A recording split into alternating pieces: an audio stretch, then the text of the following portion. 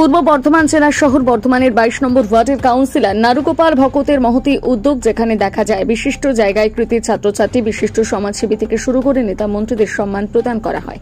সেখানে কাউন্সিলর নারুগোপাল ভকতের উদ্যোগে বর্ধমান শহরে প্রতিষ্ঠিত যারা সমাজের কাজ করেন এবং বিভিন্ন সময় বিভিন্ন রকম কাজে যারা প্রতিষ্ঠিত তাদের মায়েদের আগামীকাল মহালয়ের দিন মাতৃপক্ষের আগমনে সম্মান প্রদান করবে বর্ধমান পৌরসভার 22 নম্বর ওয়ার্ডের কাউন্সিলর নারুগোপাল ভকত। পাশাপাশি ওদিন 22 নম্বর ওয়ার্ডে অবস্থিত নতুন শ্রী চৈতন্য নামে একটি বিশাল আকারের গেটের শুভ সূচনা করা হবে। সেই অনুষ্ঠানে উপস্থিত থাকবেন অভিনেত্রী তথা সাংসদ শতাব্দী রায় ও রানী রাসমণি সিরিয়াল খ্যাত অভিনেত্রী দিতিপ্রিয়া রায়, কাটোয়ার বিধায়ক রবীন্দ্রনাথ চ্যাটার্জি, বর্ধমান দক্ষিণের বিধায়ক খোকন দাস সহ একাধিক কাউন্সিলর। সেই নিয়ে সাংবাদিক বৈঠক করে সমস্ত বিষয়টি তুলে ধরলেন বর্ধমান পৌরসভার 22 নম্বর ওয়ার্ডের কাউন্সিলর নারুগোপাল ভকত।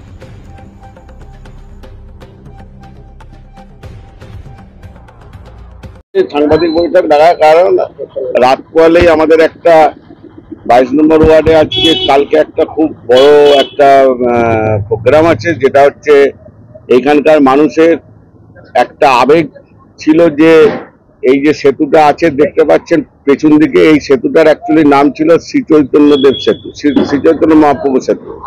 তো সেটাকেই সবকিছু আমি এই তোরণ তৈরি করে শ্রী চৈতন্য মহাপ্রভুর দুদিকে দুটো, একদিকে নীলাচলে শ্রী চৈতন্য মহাপ্রভু আর একদিকে শ্রী চৈতন্য মহাপ্রভু মূর্তি বসিয়ে এবং তার দ্বার উদ্ঘাটন হবে কালকে।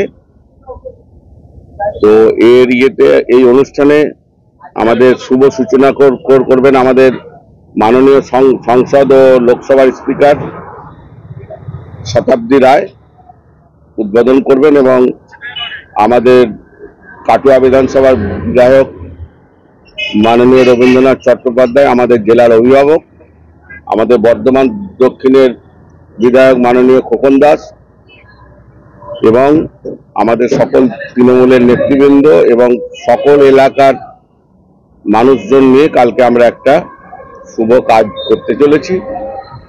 সেই জন্যই মানুষকে বলা যে আপনারা সকলেই আসবেন। এবং আরেকটা সুখবর যেটা হচ্ছে আমাদের মায়েরা বোনেরা প্রত্যেকেই সন্ধে হলেই সিরিয়াল দেখে, তো সেই সিরিয়ালের রানী রাসমণির দিদিপ্রিয়াকে আনা হচ্ছে কালকে। তো সব মিলিয়ে একটা সুন্দর একটা অনুষ্ঠান আগামীকাল হতে চলেছে এবং সব থেকে বড় চমক কালকে থাকবে।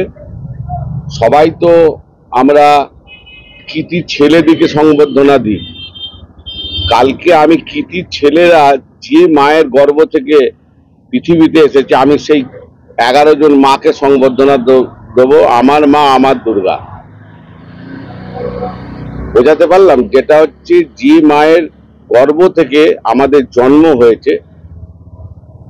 আমি নারু ভকত হয়েছি, কেউ বড় ব্যবসাদার হয়েছে, কেউ বড় বিজনেসম্যান হয়েছে, কেউ বড় রাজনীতিবিদ হয়েছে, কেউ বড় চাকরিজীবী হয়েছেন।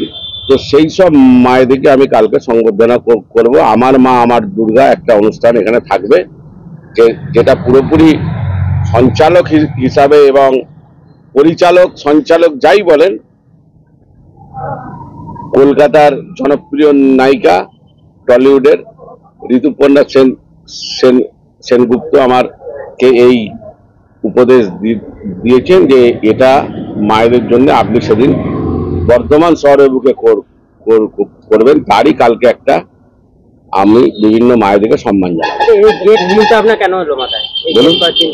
না, গেট করার চিন্তা ভাবনা না। দেখুন, 3.5 বছর এই এলাকাটা অ্যাকচুয়ালি এই এলাকার দুটো শ্রেণী মানুষের বাস, একটা হচ্ছে খুব উঁচু লোকের আর একটা হচ্ছে খুবই নিম্ন লোকের বাস। তো ধরুন পায়খানা, বাথরুম, ড্রেন, কল, জল, রাস্তা এইসব নিয়ে আমি 3 বছর আমার কেটে গেছে।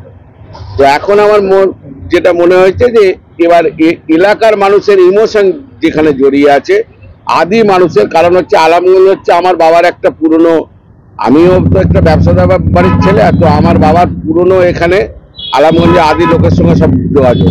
তো তাদের সঙ্গে কাউকে কাকা বলি, কাউকে জ্যাঠা বলি, কাউকে দাদু বলি।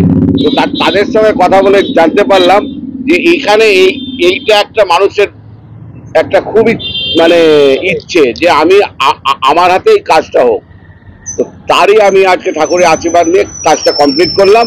সেটা শুভ সূচনা কালকে হবে। আপনাদেরকেও সাংবাদিক বন্ধুদেরকে সবাইকে আমন্ত্রণ জানাচ্ছি। কালকে সবাই এসে অনুষ্ঠানটা সাফল্যমণ্ডিত করে। সময় সন্ধ্যে